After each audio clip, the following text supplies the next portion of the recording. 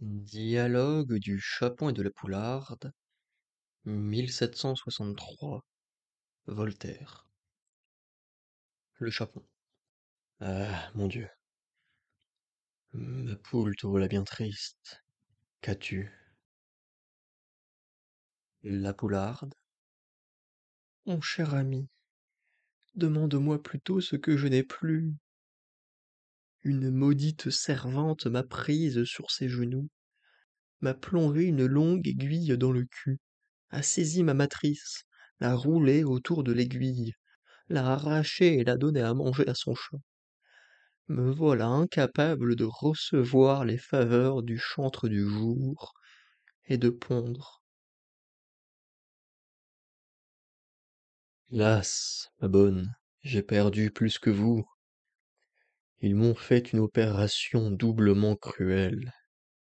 Ni vous ni moi n'aurons plus de consolation dans ce monde. Ils vous ont fait poularde, et moi chapon.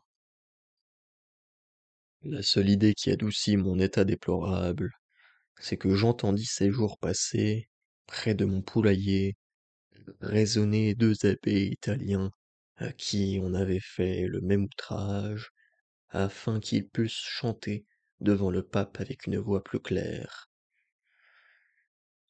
Ils disaient que les hommes avaient commencé par circoncire leurs semblables et qu'ils finissaient par les châtrer. Ils maudissaient la destinée et le genre humain. Quoi? C'est donc pour que nous ayons une voix plus claire qu'on nous a privés de la plus belle partie de nous-mêmes? Hélas, ma pauvre Poularde, c'est pour nous engraisser et pour nous rendre la chair plus délicate. Eh bien, quand nous serons plus gras, le seront-ils davantage? Oui, car ils prétendent nous manger. Nous manger? Oh, les monstres! C'est leur coutume. Ils nous mettent en prison pendant quelques jours, nous font avaler une pâtée dont ils ont le secret, nous crèvent les yeux pour que nous n'ayons point de distraction. Enfin, le jour de la fête étant venu, ils nous arrachent les plumes, nous coupent la gorge et nous font rôtir. On nous apporte devant eux dans une large pièce d'argent. Chacun dit de nous ce qu'il pense. On fait notre oraison funèbre. L'un dit que nous sentons la noisette, l'autre vante notre chair succulente. On loue nos cuisses, nos bras, notre croupion. Et voilà notre histoire dans ce bas monde, finie pour jamais. Quels abominables coquins! Je suis prête à m'évanouir. Quoi? On m'arrachera les yeux, on me coupera le cou, je serai rôti et mangé. Ces scélérats n'ont donc point de remords. Non, mamie.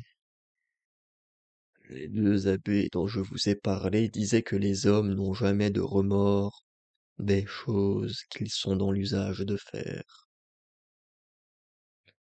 La détestable engeance! Je parie qu'en nous dévorant, ils se mettent encore à rire et à faire des contes plaisants, comme si de rien n'était. Vous l'avez deviné. Mais sachez pour votre consolation, si c'en est une, que ces animaux qui sont bipèdes comme nous et qui sont forts au-dessous de nous, puisqu'ils n'ont point de plumes, en ont usé ainsi fort souvent avec leurs semblables. J'ai entendu dire à mes deux abbés que tous les empereurs chrétiens et grecs ne manquaient jamais de crever les deux yeux à leurs cousins et à leurs frères, que même dans le pays où nous sommes, il y avait eu un nommé Débonnaire qui fit arracher les yeux à son neveu Bernard. Mais pour ce qui est de rôtir des hommes, rien n'a été plus commun parmi cette espèce. Mes deux abbés disaient qu'on en avait rôti plus de 20 000 pour de certaines opinions qu'il serait difficile à un chapon d'expliquer et qui ne m'importent guère. C'était apparemment pour les manger qu'on les rôtissait. Ou je n'oserais pas l'assurer. Mais je me souviens bien d'avoir entendu clairement qu'il y a des pays, et entre autres celui des Juifs, où les hommes se sont quelquefois mangés les uns les autres. Passe pour cela, il est juste qu'une espèce si perverse se dévore elle-même, et que la terre soit purgée de cette race. Mais moi qui suis paisible, moi qui n'ai jamais fait de mal, moi qui ai même nourri ces monstres en leur donnant mes œufs, être châtré, aveuglé, décollé et rôti, nous traitons ainsi dans le reste du monde? Les deux abbés disent que non. Ils assurent que dans un pays nommé l'Inde, beaucoup plus grand, plus beau, plus fertile que le nôtre, les hommes ont une loi sainte qui depuis des milliers de siècles leur défend de nous manger. Que même un nommé Pythagore, ayant voyagé chez ces peuples justes, avait rapporté en Europe cette loi humaine qui fut suivie par tous ses disciples. Ces bons abbés lisaient Porphyre le pythagoricien, qui a écrit un beau livre contre les broches. Oh, le grand homme, le divin homme que ce Porphyre! Avec quelle sagesse, quelle force, quel respect tendre pour la divinité il prouve que nous sommes les alliés, les parents des hommes, que Dieu nous donna les mêmes organes, les mêmes sentiments, la même mémoire, le même germe inconnu d'entendement qui se développe dans nous jusqu'au point déterminé par les lois éternelles, et que ni les hommes, ni nous ne passons jamais. En effet, ma chère Poularde, ne serait-ce pas un outrage à la divinité de dire que nous avons des sens pour ne point sentir, une cervelle pour ne point penser? Cette imagination digne, à ce qu'il disait, d'un fou nommé Descartes, ne serait-elle pas le comble du ridicule et la vaine excuse de la barbarie? Aussi les plus grands philosophes de l'Antiquité ne nous mettaient jamais à la broche. Ils s'occupaient à tâcher d'apprendre notre langage et de découvrir nos propriétés si supérieures à celles de l'espèce humaine. Nous étions en sûreté avec eux comme dans l'âge d'or. Les sages ne tuent point les animaux, dit Porphyre. Il n'y a que les barbares et les prêtres qui les tuent et les mangent. Il fit cet admirable livre pour convertir un de ses disciples qui s'était fait chrétien par gourmandise. Eh bien, dressa-t-on des autels à ce grand homme qui enseignait la vertu au genre humain et qui sauvait la vie au genre animal? Non, il fut en horreur aux chrétiens qui nous mangent, et qui détestent encore aujourd'hui sa mémoire. Ils disent qu'il était impie, et que ses vertus étaient fausses, attendu qu'il était païen.